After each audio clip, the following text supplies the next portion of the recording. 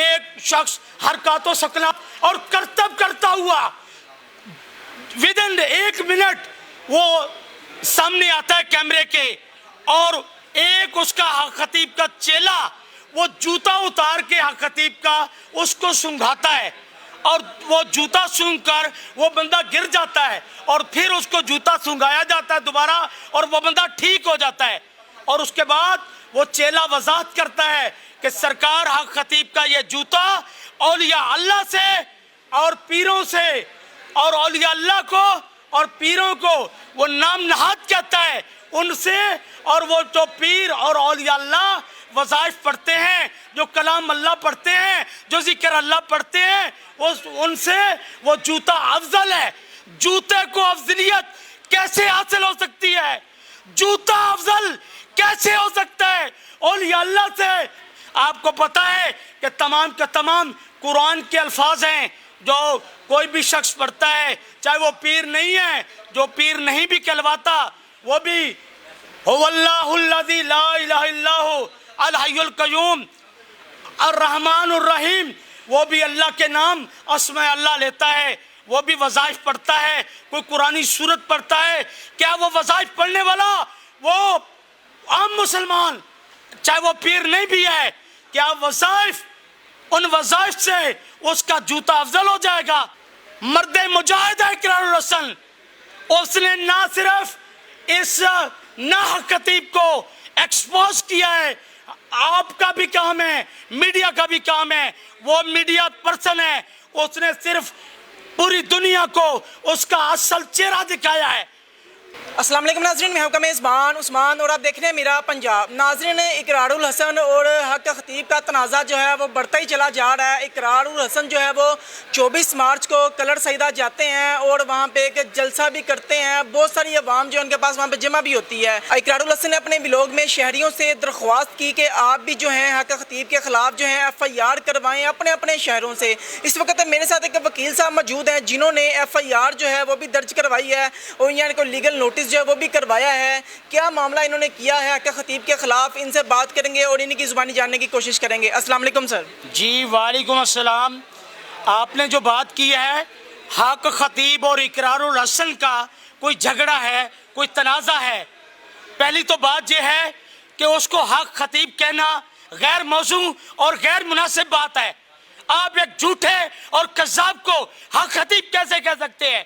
اور دوسری رہی بات کہ اقرار الحسن کا اس کے ساتھ کوئی تنازع نہیں ہے، بحیثیت مسلمان لا الہ الا اللہ محمد الرسول اللہ، جو بھی شخص کلمہ پڑھتا ہے اور جو بھی شخص شرک کرتا ہے، بدعت کرتا ہے، اسلام کا تشخص بگاڑتا ہے، اسلام کا جو صحیح تشریح ہے اس کی تشریح صحیح نہیں کرتا، اس کی صحیح رنگ اسلام کا صحیح نمونہ پیش نہیں کرتا، اس کے خلاف نہ صرف اقرار الحسن آواز بلند کرے گا، اس کے خلاف ہر مسلمان آواز بلند کرے گا۔ کہ آپ نے کوئی لیگل نوٹس کروایا ہے، FIR کروائی ہے، کیا کیا ہے آپ نے حق خطیب کے خلاف؟ میں نے بحیثیت مسلمان ایک ویڈیو دیکھی ہے جس کے اندر وہ اپنے اڈے کے اوپر ایک مجمع عام بٹھایا ہوا ہے، اور مجمع عام کے سامنے ایک شخص حرکات و سکنات اور کرتب کرتا ہوا ودن 1 منٹ وہ سامنے آتا ہے کیمرے کے، اور ایک اس کا حق خطیب کا چیلا وہ جوتا اتار کے حق خطیب کا اس کو سونگھاتا ہے، اور وہ جوتا سونگ کر وہ بندہ گر جاتا ہے، اور پھر اس کو جوتا سونگھایا جاتا ہے دوبارہ، اور وہ بندہ ٹھیک ہو جاتا ہے۔ اور اس کے بعد وہ چیلا وضاحت کرتا ہے کہ سرکار حق خطیب کا یہ جوتا اولیاء اللہ سے اور پیروں سے، اور اولیاء اللہ کو اور پیروں کو وہ نام نہاد کہتا ہے ان سے، اور وہ جو پیر اور اولیاء اللہ وظائف پڑھتے ہیں، جو کلام اللہ پڑھتے ہیں، جو ذکر اللہ پڑھتے ہیں، ان سے وہ جوتا افضل ہے۔ جوتے کو افضلیت کیسے حاصل ہو سکتی ہے؟ جوتا افضل کیسے ہو سکتا ہے؟ اولیاء اللہ سے، پیروں سے اور وظائف سے۔ وظائف آپ کو پتا ہے کہ تمام کا تمام قرآن کے الفاظ ہیں جو کوئی بھی شخص پڑھتا ہے، چاہے وہ پیر نہیں ہے، جو پیر نہیں بھی کہلواتا وہ بھی هو اللہ الذی لا الہ الا هو الحی القیوم अर्रहमान और रहीम, वो भी अल्लाह के नाम अस्मा अल्लाह लेता है, वो भी वज़ाइफ पढ़ता है, कोई कुरानी सूरत पढ़ता है। क्या वो वज़ाइफ पढ़ने वाला वो आम मुसलमान, चाहे वो पीर नहीं भी है, क्या वज़ाइफ उन वज़ाइफ से उसका जूता अफजल हो जाएगा? इस वजह से मेरे जज्बात मजरूह हुए हैं और हर मुसलमान को इसके खिलाफ एक्शन लेना चाहिए, इस बिना पे कि वो इस्लाम का गलत रंग पेश करता है और अपने आप को वो तकब्बुर करते हुए वो शैतान के नक्शे कदम पर चल रहा है। इस वजह से मैंने उसके खिलाफ थाना इस्लामपुरा में दरख्वास्त गुजारी है, लेकिन पुलिस की हद दर्मी ये है कि वो ये सिर्फ और सिर्फ पैसे वाले को तहफ़्फ़ुज़ देते हैं, पनाह देते हैं और पैसे को ही वो अपना खुदा मानते हैं। अल्लाह की बात को, कुरान को और अल्लाह वाले को वो इतनी तरजीह नहीं देते, जिसकी बिना पे मैंने मौजूदा अदालतों में एक पटिशन दायर की है जो कि मुदस्सर फरीद खोखर साहब की कोर्ट में है। और उस नाहक खतीब को 20 मार्च 2024 के लिए बुलाया हुआ था, लेकिन वो नहीं हाजिर हुआ। 25 मार्च 2024 के लिए बुलाया हुआ था, वो नहीं हाजिर हुआ। अब उसमें 3 अप्रैल 2024 डेट मुकर्रर है। अब देखते हैं कि वो हाजिर होता है या नहीं होता। बलोचिस्तान में उसके खिलाफ एक FIR दर्ज हो गई है। लोग जिनके साथ, जो अपने माजूरों को लेके, जो अपने बीमारों को लेके उसके अड्डे पे ये उम्मीद लेके जाते हैं कि हमें यहाँ से शिफा मिलेगी, और वो अपने आप को वो शिर्क करते हुए अल्लाह की खसूसियात वो कहता है मेरे अंदर है, मैं लोगों को शिफा देता हूं।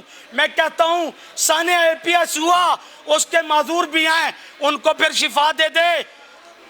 गिलगित में, बल्तिस्तान में, बलोचिस्तान में, पाकिस्तान के बहुत से शहरों में हादसात होते हैं, वो उनमें कुछ माजूर हो जाते हैं, फिर उनको भी वो शिफा दे दे।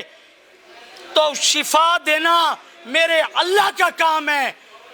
अच्छा मुझे बताइए, एक खास तबका जो है वो कह रहा है कि इकरार की कोई ज़ाती रंजिश है, इकरार की कोई पैसों की गेम लगती है। क्या कहेंगे कि इकरार ये सब पैसों के लिए कर रहा है ताकि मोटी रकम जो है वो हक खतीब से बटोरे, या कहानी कुछ और है? आपके मुताबिक क्या कहेंगे आप? इंसान अपने कौल और फेल से पहचाना जाता है। मर्द मुजाहिद है इकरारुल हसन, उसने ना सिर्फ इस नाहक खतीब को एक्सपोज किया है, आपका भी काम है, मीडिया का भी काम है, वो मीडिया पर्सन है, उसने सिर्फ पूरी दुनिया को उसका असल चेहरा दिखाया है। वो मर्द मुजाहिद है, उसने कहा कि मैं 23 मार्च को मैं जाऊंगा, लेकिन उस पर पाबंदी आयद कर दी गई कि 23 मार्च को आप यहाँ पे नहीं आए। लेकिन उन्होंने कहा कि मैं अपने प्लान को चेंज किया और 24 मार्च की उन्होंने कॉल दी। वो 24 मार्च को वहां पहुंचा, रवात में अपना खिताब किया, रवात से कलर सईदा तक वो गया और लोगों ने उस पर फूल बरसाए। वो लोगों को पैगाम अल्लाह का, कुरान का, तबलीग का देने के लिए गए कि जो लोग इसके खिलाफ, इसके डसे हुए हैं, वो इसके खिलाफ आवाज उठाएं, वो अपनी कानूनी कार्रवाई करें, क्योंकि ये खुद जो हकीम भी बना हुआ है, तबीब भी बना हुआ है और डॉक्टर भी बना हुआ है। इतनी सारी इसके पास दौलत आई है, वो कहाँ से इसने इकट्ठी किया? कोई ऐसा हल हो सकता है कि वो दौलत इससे दोबारा जो ली जा सके या किसी ट्रस्ट को दी जा सके? दौलत उसने बेचारे माजूरों से, मजबूरों से, जो उसके मजूर और मजबूर के जो वारसान होते हैं, उससे नजर न्याज के नाम पर उसने इकट्ठी कर ली और इकट्ठी करके उसका अरबों में आम कीमत जो लगाई गई है वो अरबों में है। लेकिन मैं कहता हूं उसने खरबों इकट्ठे कर लिए हैं।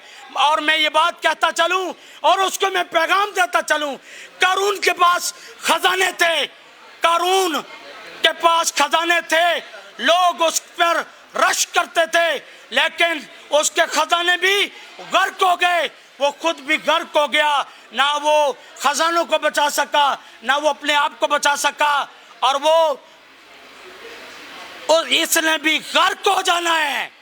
नाज़रीन, हक़ खतीब के हवाले से बहुत सारी चीज़ें जो हैं वो सामने आ चुकी हैं। आम आदमी जो है वो भी अपनी चीज़ें बताता है कि मेरे साथ क्या हुआ। मुल्ला लोग वो भी सामने आए, इसके अलावा मुफ्ती कराम जो है वो भी सामने आए, उन्होंने अपनी आवाज़ जो है वो बुलंद की। अब लॉयर बरादरी जो है, जो वकला हज़रात हैं, वो भी सामने आना शुरू हो गए हैं और उन्होंने भी पटिशन जो है वो दायर कर दी है। 2 दफ़ा जो है हक़ खतीब अदालत में पेश नहीं हुए, तीसरी दफ़ा जो है वो अदालत में पेश होते हैं या नहीं होते, ये तो वक्त बताएगा। आप हक़ खतीब के हवाले से क्या राय रखते हैं? और इकरारुल हसन जो एक अच्छा काम कर रहा है, जिसने स्ट्रगल की, वहाँ पे गया, अपनी जान जो है, अपनी जान की भी परवाह नहीं की, वहाँ पे गया, आवाज़ बुलंद की। अब आप लोगों का फ़र्ज़ बनता है कि आप भी अपनी आवाज़ बुलंद करें, इस वीडियो को शेयर करें ताकि ज़्यादा से ज़्यादा लोगों तक ये वीडियो पहुँचे। हक़ खतीब का जो चेहरा है, मकरू चेहरा है, वो बेनकाब हो सके।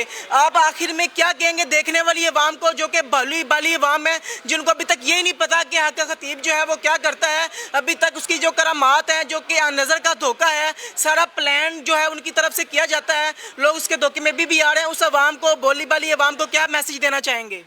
मैं ये मैसेज देना चाहूँगा कि सूरत अल बकरा आयत नंबर 1 अलिफ लाम मीम और आयत नंबर 2 ज़ालिकल किताबु ला रैब फीह हुदल लिल मुत्तकीन और सूरह यासीन की आयत नंबर 2 यासीन वल कुरानिल हकीम, कसम है कुरान की जो हिकमत से भरा हुआ है, और ज़ालिकल किताबु ला रैब फीह हुदल लिल मुत्तकीन, ये जो किताब है कुरान हकीम, ये बेनज़ीर किताब है, ये बेमिसाल किताब है, ये लारैब किताब है और मुत्तकीन के लिए हदायत वाली किताब है।